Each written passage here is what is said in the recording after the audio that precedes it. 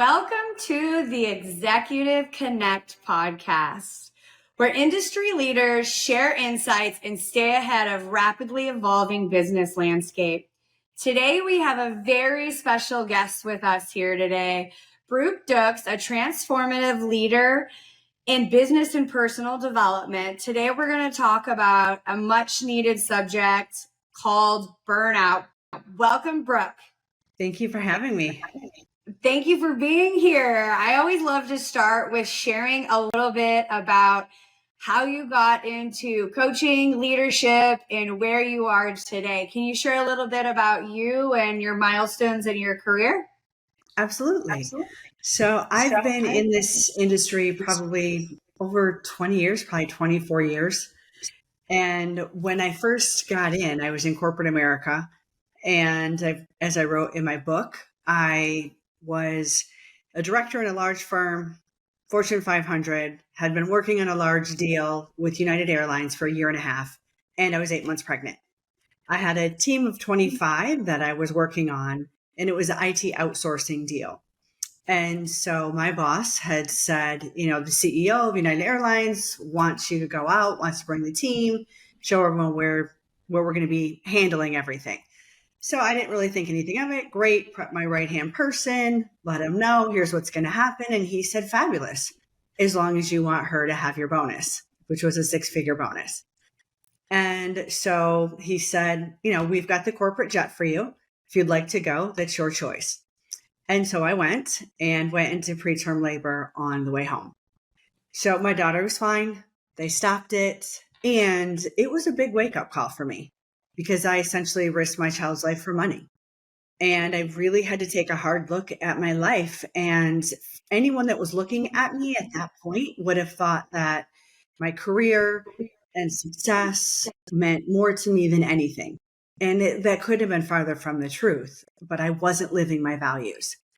And so I left corporate America and I started 4 businesses. I sold one. And with this last business that I started, really work with small, medium-sized businesses, and I do a lot with burnout. And it just kind of happened. I wasn't even sure that was going to be. I typically am organizational culture and leadership and sales, and I just kept watching all these people with the same signs I had. I mean, at one point, I gave myself COVID and shingles at the same time.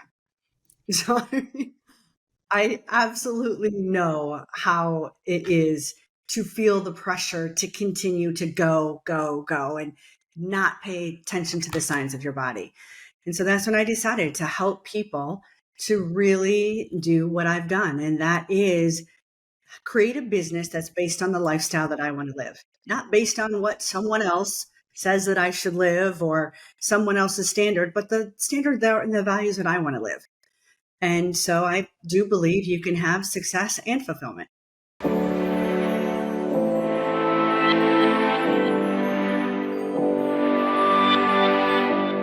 Burnout is such an important topic right now, Brooke. I know a lot of the people I interact with are tired, stressed, burnt out, not sure how to manage it. I want to get your insight on what you're seeing with burnout and leadership today.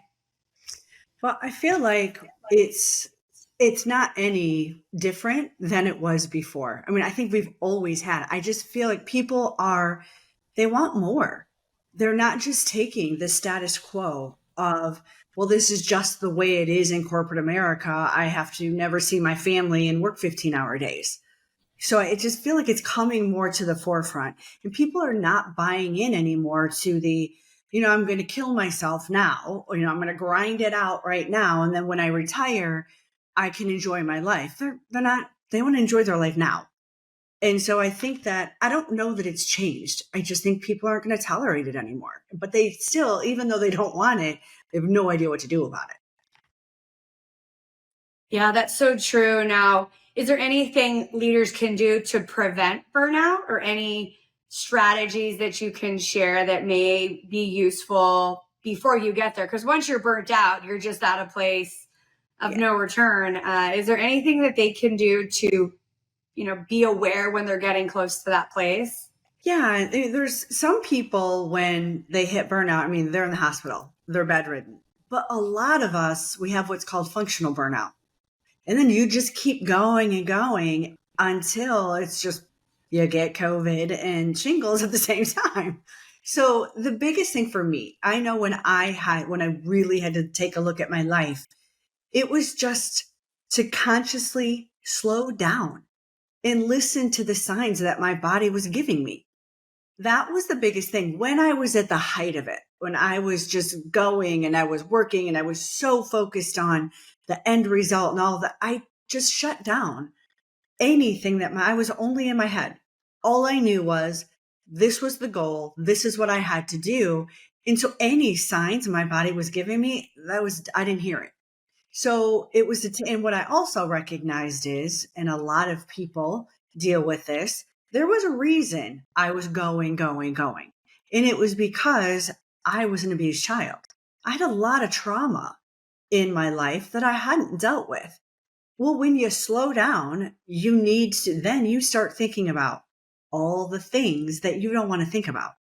So it's kind of a double-edged sword. It's what society expects of us most of the time. And it's also a coping mechanism so that you don't have to think about the things you don't want to think about. So for me, the first step was forcing myself to slow down.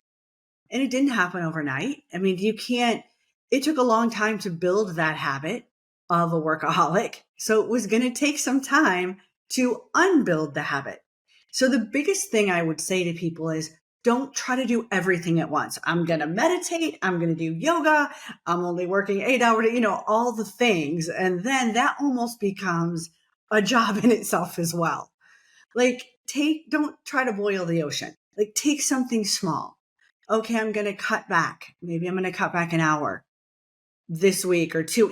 Make small steps, but stay focused on what your outcome is. Your outcome is to live your values, to live a life that gives you fulfillment. Yoga is a big thing. Meditation. If you read any biography of, the most famous, successful, happiest people in the world, meditation is on the top of their list. And it's often so very overlooked because most people, I've tried it. It didn't work. It's too hard. I don't know how to do it. And it's because they're thinking that they need to sit down and from day one, do 20 minutes, clear your mind. Well, that in itself, especially for someone that is on the go and used to being very busy and not used to being in their own thoughts, that's almost torture.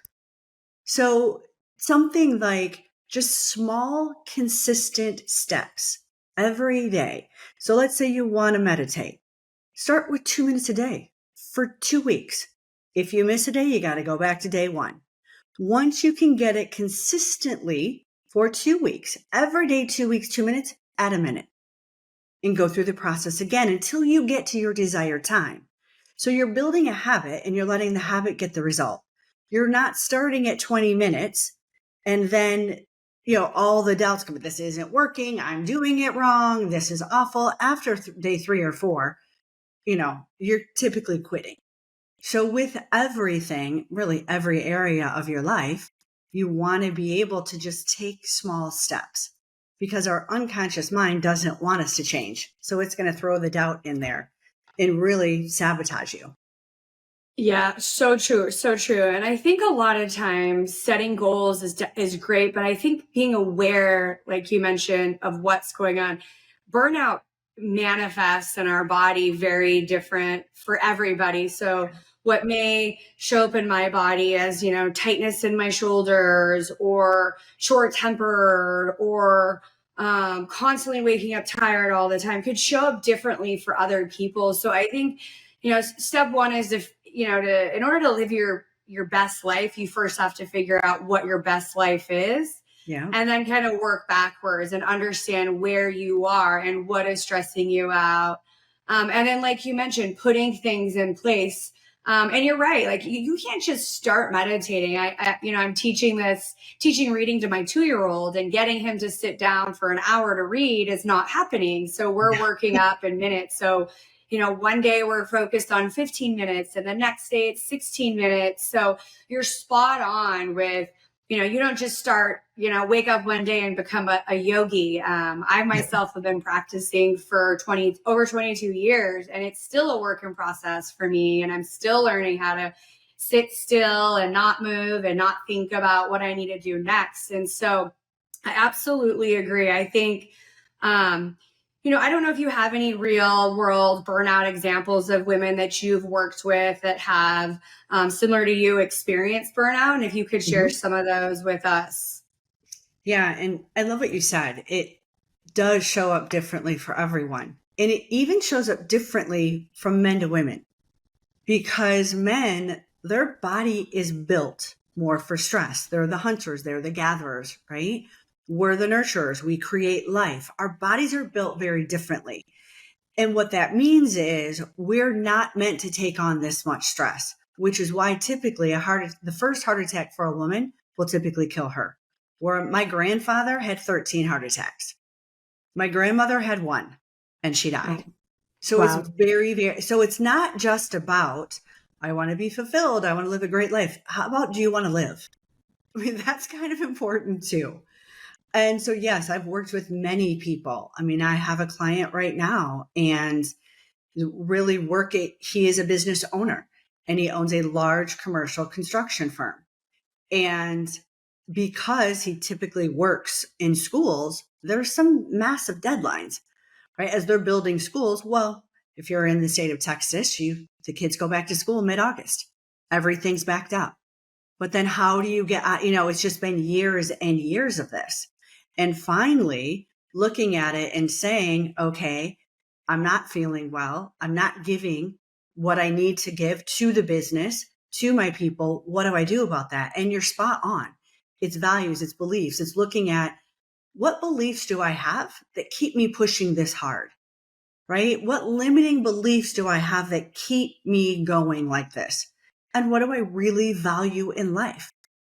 So it hits people differently. They wake up differently as far as what makes someone just stop and say, whoa, this isn't working anymore versus someone else. Me, it was getting on a corporate jet and risking my child's life. Some people, it's a heart attack. Other people, it's, someone else died. There's so many things. A significant emotional event a lot of times is what happens to then people say, I need to change my life. I have to do something about this. It's not okay anymore.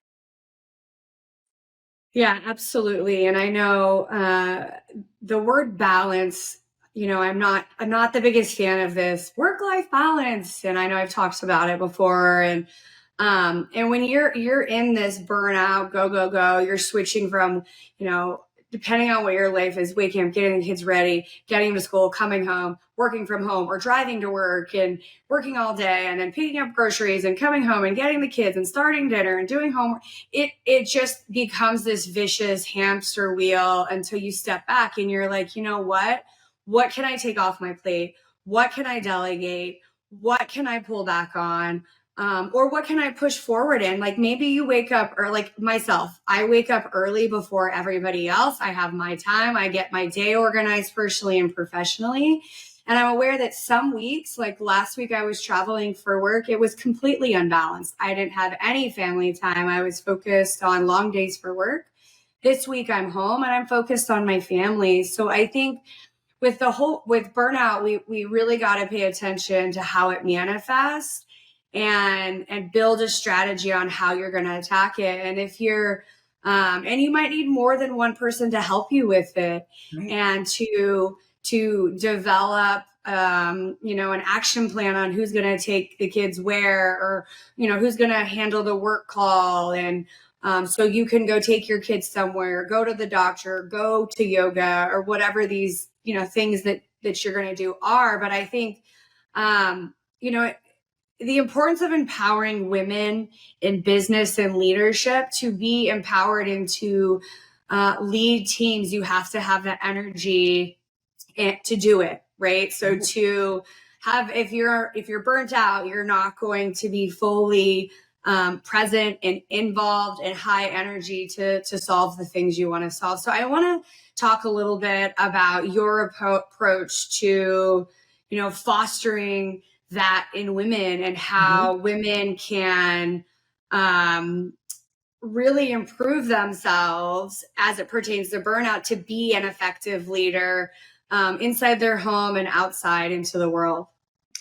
There's a couple things there. And I like what you said at the beginning, the work-life balance, as if there's some magic that you can just you can wave over, or that it looks the same for everyone. It absolutely doesn't.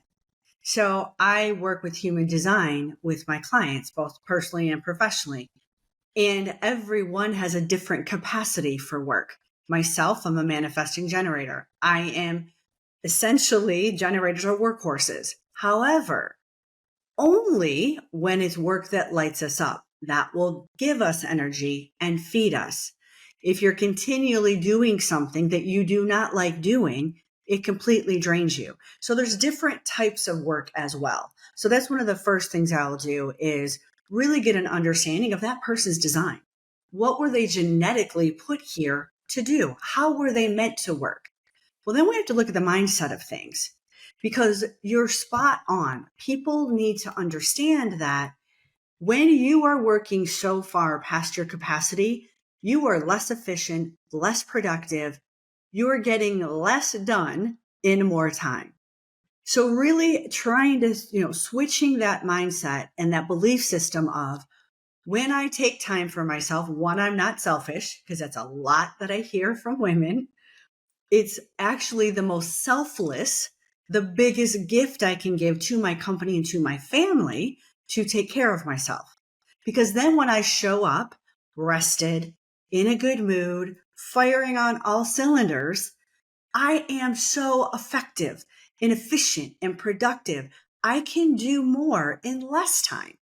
So it's really helping people to understand that's a real thing. It's not just something people say. You honestly can be more effective, and you are, not can be, you are more effective and efficient when you're taking care of yourself. 100%. And I think,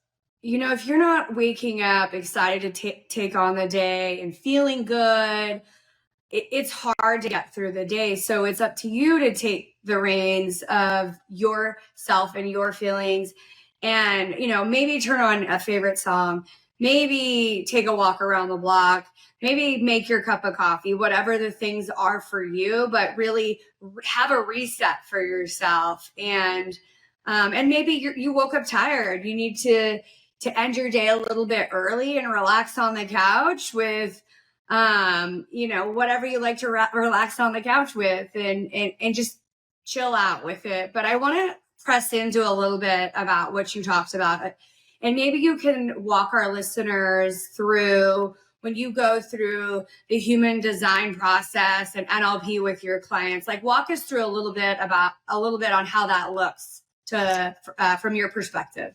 So from my perspective, first is the human design piece, understanding their design. Second is really working on the mindset, right? The beliefs, the values, understanding what they want their life to look like. What does life look like on your terms?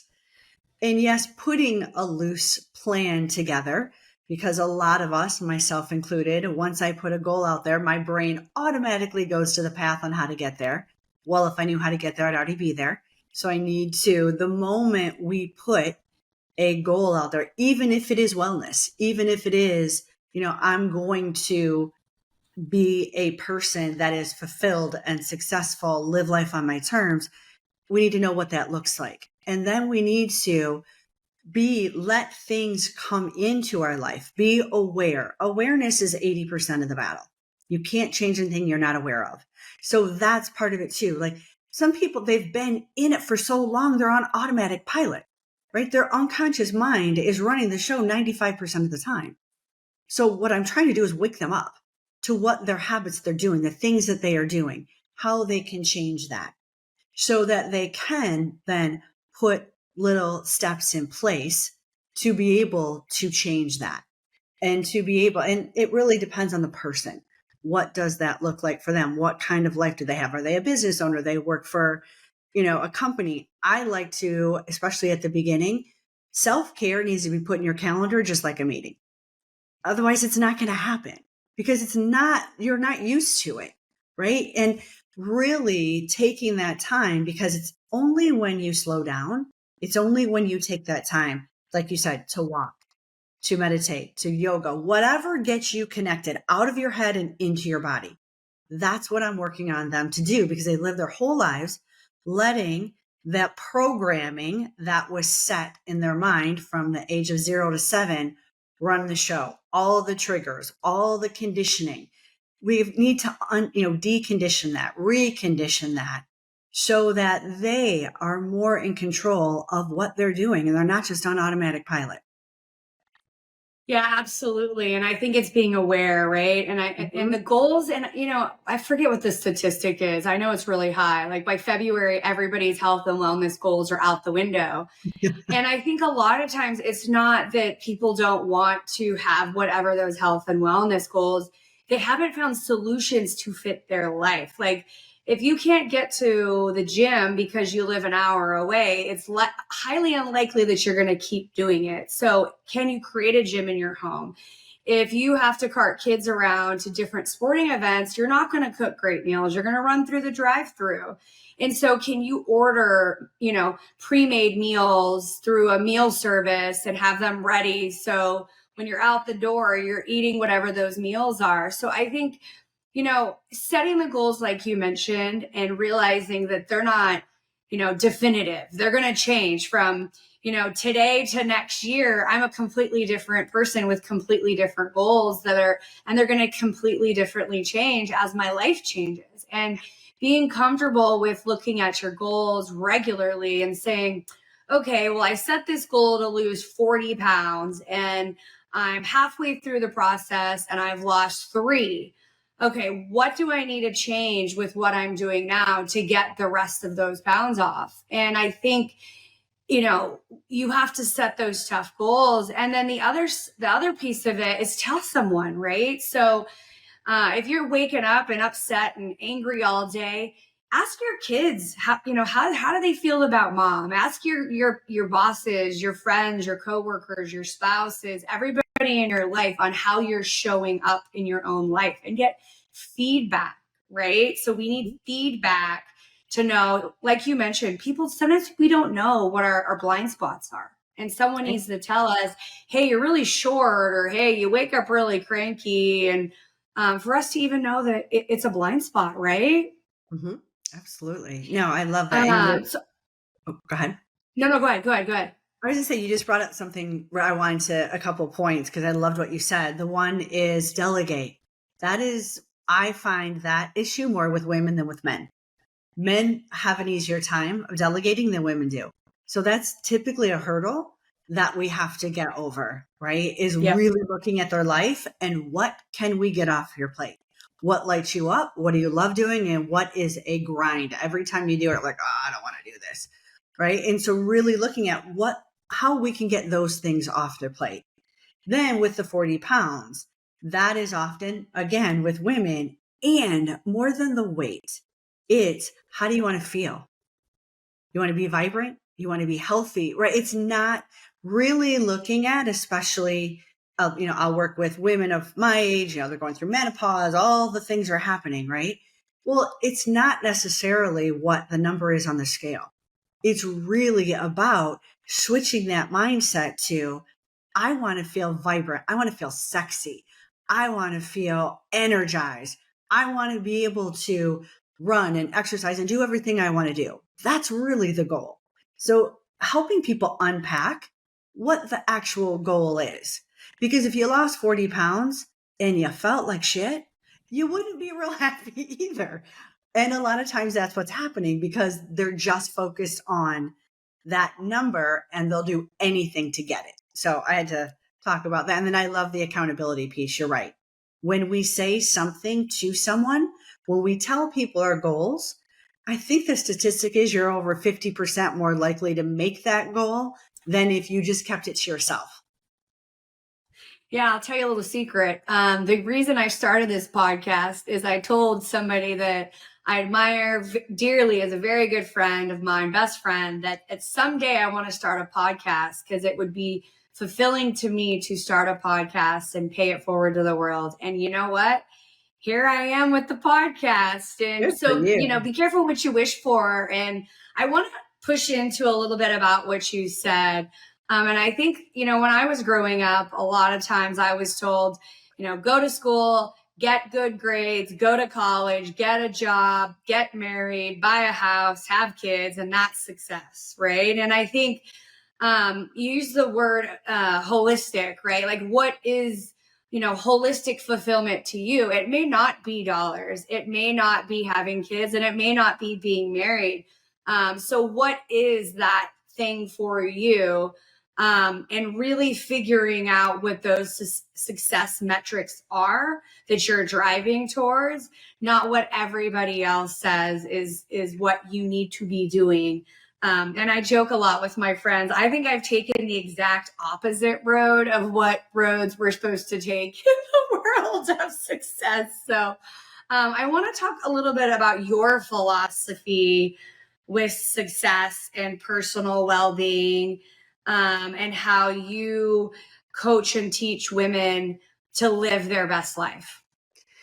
Yeah, you're absolutely right. Success looks different for everyone. And giving people permission to dream, right? To think outside the box. If that, cookie cutter scenario that they've been told their whole life isn't it. That was me. It wasn't me. Honestly, I would have never went to college. It was a waste of my parents' money. I would have gone out and been an entrepreneur, right? So, but that's some people, that's for them. It wasn't for me. But I did that. I went to college. I got married. I had children.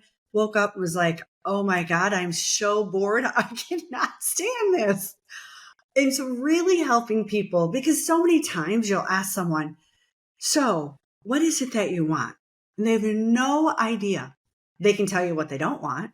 With great passion, they can tell you what they don't want. But as far as what they want, well, I don't know. I might want to start a little business. They tell you it's like a glass of warm milk. I'm like, where's the passion in that? Like, come on, let's feel that energy, because what you focus on is what you bring into your life. So if you're constantly focusing and putting all of your energy and your passion into conversations about negative things happening to you or the things that you don't want, they're going to keep showing up. So the first step is to get through the layers of all the conditioning, all the shoulds that they have in, and really get to what is that purpose? What is that dream? The beautiful thing about human design is it helps you to understand what you were put here to do, the value that you were put here to give to the world. It also helps you understand your life lessons. So what's blocking you?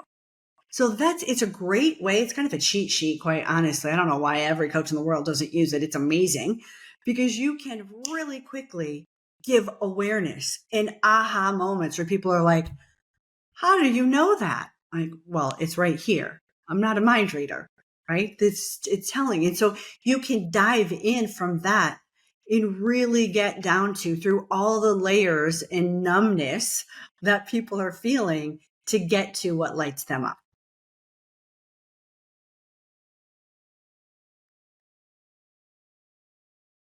Yeah, here's a good litmus test when you're setting goals. If you are setting goals and you look at the goal and you're feeling like, oh, that's a litmus test, it's the wrong goal to be focusing on.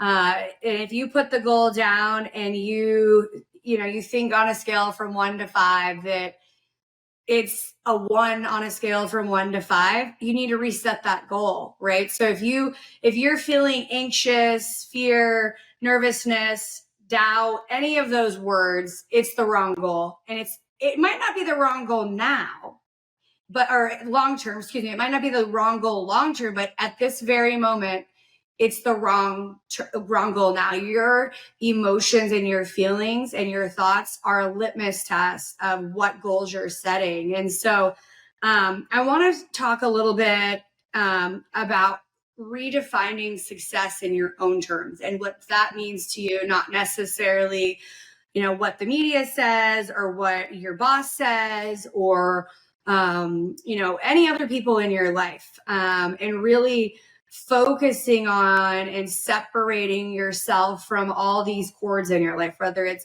and not that we don't love our children and our spouses and our friends and our bosses, but really when we're setting goals, we need to kind of just separate them, right, away from everything else and to really set them right. Yeah. And I agree with you with goals. When I'm helping people to really get clear on what it is that they want, I want their goal to scare them a little, but you're right. I don't want them to think like, oh, that just feels like a lot of work. Wrong goal. It should scare you. And it can't be, people, the big, hairy, audacious goals. I don't buy into that. It can't be something, if you're thinking in the back of your mind, yeah, that's never going to happen. Why bother? Right? So it has to be something, it scares you. It's not something that you have all the resources and the knowledge and everything to do. Well, that's not a goal. You're just going through the steps, right? So something that you don't know necessarily how you're going to get there. It scares you some, right? That's a good goal. Then let's work with that piece of it. And then I really believe it's authenticity, especially after COVID. People want connection and they want authenticity. So really digging into, who am I? What do I stand for? What do I love doing? What is the value that I want to give the world? How can I offer that up? How can I offer it up in a way that people will pay for it? If you're looking at it from an entrepreneur's perspective, and maybe if you're in the corporate world, maybe it's a smaller, there's so many different ways, but just having that growth mindset of possibilities again, that's huge. Because so many people in burnout, life is very gray. It's very boring, and they've lost their passion. They don't see necessarily potential and possibilities anymore. It's like, well, this is the way it always was. It's the way it's going to be type of thing. So it's really getting them to open their mind up to what could be, because we have unlimited potential. Any one of us listening to this podcast can create anything they want in their life. Anything. We're unlimited potential. If you believe it, it will happen. So if there's anything in your life that you're struggling, a goal you can't achieve, you have a limiting belief in that area. And you need to look at that and you need to uncover it, because anything you believe, you can create. Yeah, absolutely. I really agree with you. And kind of just in closing, being mindful of time. So what I'm hearing from you is first addressing burnout, right? So being aware that you're in a place of, this is not working for me, and I can't continue. You're exhausted, tired. And then kind of step two is setting some new goals and then figuring out how to attack them with tools, and then telling them to someone who you trust and know will hold you accountable. It kind of in closing, I want to get your thoughts on any other maybe top three tips that you can share with our listeners that we haven't talked about, that you can leave them with. Oh, let's see. I would say if you're feeling one thing, if you're thinking, oh, I wonder if I'm burned out or on my way to it, you are. If you think that, you are. So don't justify your way out of it. You are. Right. So get someone, talk to someone about it, right? Get a coach, talk to a friend, talk to whatever you need to do. It's not okay to live that way. We were put here to enjoy life. Also, we need to lighten up. It is everything. It feels like, especially now, everything's so heavy, right? And everything's so dire, and I have to do this. No, you get to do this. Lighten up. Focus on what you want in life. Believe that it can be possible. There's very easy, people can do it on their own, right? Take a few hours of time, whenever you have it, by yourself, in your favorite spot, with your favorite drink, whatever, and write down what you believe. Until you cannot write, don't worry about grammar, until you cannot think of another thing. When I first did it years ago, I sat there for almost 4 hours. It was crazy. And the time went like that. I was shocked at how many beliefs were not even mine. I'm like, where did that come from? That doesn't align with who I am at all. And then you can go back and you can look at that and write the antithesis of that limiting belief. What do I need to believe then in order to empower myself to become a person that can achieve the goals that I want to achieve? So I would just encourage everyone, regardless of how bad you feel, how hopeless you may feel, you can turn it around. You could turn it around in a matter of days. Our mind is that powerful. And here's the other stuff. If it doesn't turn around in a matter of days, don't think that you can't do it. Keep small, consistent steps towards your goal every day. Build a habit. Let the habit get the results.